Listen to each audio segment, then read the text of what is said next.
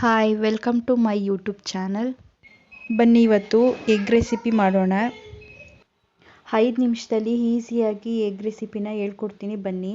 ಒಂದು ಬಾಣಲಿಗೆ 2 ಸ್ಪೂನ್ ಎಣ್ಣೆ ಹಾಕೊಳ್ಳಿ. ಸ್ವಲ್ಪ ಅದು ಬಿಸಿ ಆದಮೇಲೆ ಈರುಳ್ಳಿ ಹಾಕೊಳ್ಳಿ. ಅದನ್ನು ಚೆನ್ನಾಗಿ ಫ್ರೈ ಮಾಡ್ಕೊಳ್ಳಿ. ಈ ಥರ ನಿಮ್ಮ ಮಕ್ಳಿಗೆ ಏನಾದರೂ ಮಾಡಿಕೊಟ್ರೆ ತುಂಬಾ ಇಷ್ಟಪಟ್ಟು ತಿಂತಾರೆ. ಈರುಳ್ಳಿನ ಚೆನ್ನಾಗಿ ಫ್ರೈ ಮಾಡ್ಕೊಳ್ಳಿ. ಸ್ವಲ್ಪ ಅದು ತುಂಬ ಬ್ರೌನ್ ಕಲರ್ ಬರೋವರೆಗೂ ಚೆನ್ನಾಗಿ ಹುರ್ಕೊಳ್ಳಿ. ಈರುಳ್ಳಿ ಎಷ್ಟು ಚೆನ್ನಾಗಿ ಬ್ರೌನ್ ಕಲರ್ ಚೆನ್ನಾಗಿ ಬೆಂದಿರುತ್ತೋ ಆವಾಗ ನಿಮಗೆ ತಿನ್ನೋಕ್ಕೆ ಟೇಸ್ಟು ಚೆನ್ನಾಗಿರುತ್ತೆ. ಹಾಗೆ ಒಂದು 4ರಿಂದ 5 ಕುಯ್ದಿಟ್ಕೊಂಡಿರುವಂಥ ಹಸಿರು ಮೆಣಸಿನ್ಕಾಯಿನ ಹಾಕ್ಕೊಳ್ಳಿ. ಹಾಗೆ ಜಜ್ಜಿಟ್ಕೊಂಡಿರುವಂಥ ಬೆಳ್ಳುಳ್ಳಿನೂ ಹಾಕ್ಕೊಳ್ಳಿ. ಅದನ್ನು ಚೆನ್ನಾಗಿ ಮಿಕ್ಸ್ ಮಾಡ್ಕೊಳ್ಳಿ. ಚೆನ್ನಾಗಿ ಹುರ್ಕೊಳ್ಳಿ. ಚೆನ್ನಾಗಿ ಫ್ರೈ ಮಾಡ್ಕೊಳ್ಳಿ.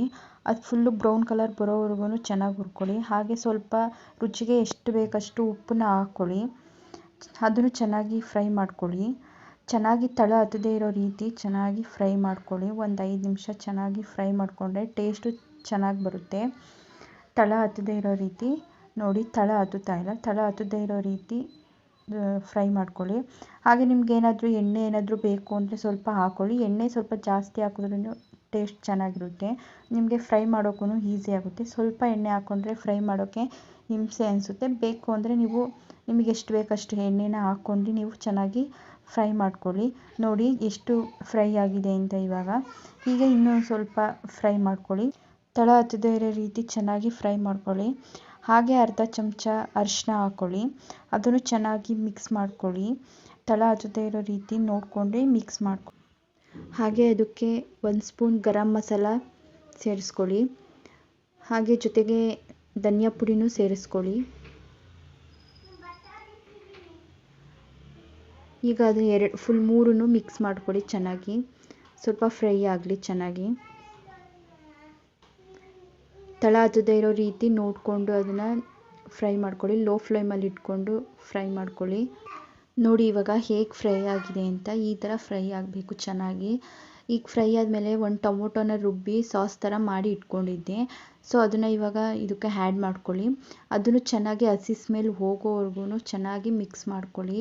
ಒಂದು 5 ನಿಮಿಷ ಮಿಕ್ಸ್ ಮಾಡ್ಕೊಂಡು ಚೆನ್ನಾಗಿ ಹುರ್ಕೊಳ್ಳಿ. ಹಸಿ ವಾಸನೆ ಅದು ಫುಲ್ ಹೋಗೋವರೆಗೂ. ಆವಾಗ ಟೇಸ್ಟು ತುಂಬಾ ಚೆನ್ನಾಗಿರುತ್ತೆ.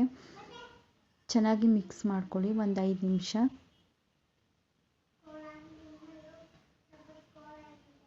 ತಳ ಹತ್ತದೇ ಇರೋ ರೀತಿ ನೋಡ್ಕೊಂಡು ಅದನ್ನು ಮಿಕ್ಸ್ ಮಾಡ್ಕೊಳ್ಳಿ. ಚೆನ್ನಾಗಿ ಫ್ರೈ ಮಾಡ್ಕೊಳ್ಳಿ.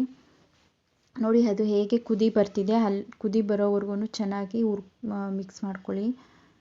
ತಳ ಹತ್ತದೇ ಇರೋ ರೀತಿ ನೋಡ್ಕೊಳ್ಳಿ. ನೋಡಿ ಇವಾಗ ಇದು ಹೇಗೆ ಕುದೀತಿದೆ ಅಲ್ಲಿವರೆಗೂ ಚೆನ್ನಾಗಿ ಅದನ್ನು ಮಿಕ್ಸ್ ಮಾಡ್ಕೊತಾನೆ ಇರಬೇಕು ನೀವು. ಹಾಗೆ ಚೆನ್ನಾಗಿ ಮಿಕ್ಸ್ ಮಾಡ್ಕೊತಾನೆ ಇರಿ.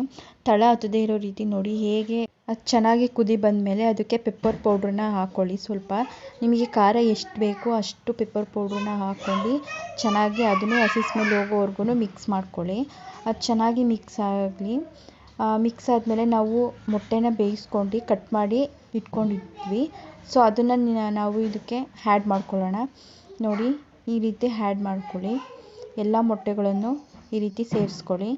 ಆಮೇಲೆ ಅದ್ರ ಮೇಲೆ ಸ್ವಲ್ಪ ಗೊಜ್ಜು ಥರ ಇತ್ತಲ್ವ ಈರುಳ್ಳಿನ ಫ್ರೈನ ಎಲ್ಲನೂ ಅದ್ರ ಮೇಲೆ ಹಾಕ್ಕೊಳ್ಳಿ. ಚೆನ್ನಾಗಿ ಫ್ರೈ ಮಾಡ್ಕೊಳ್ಳಿ.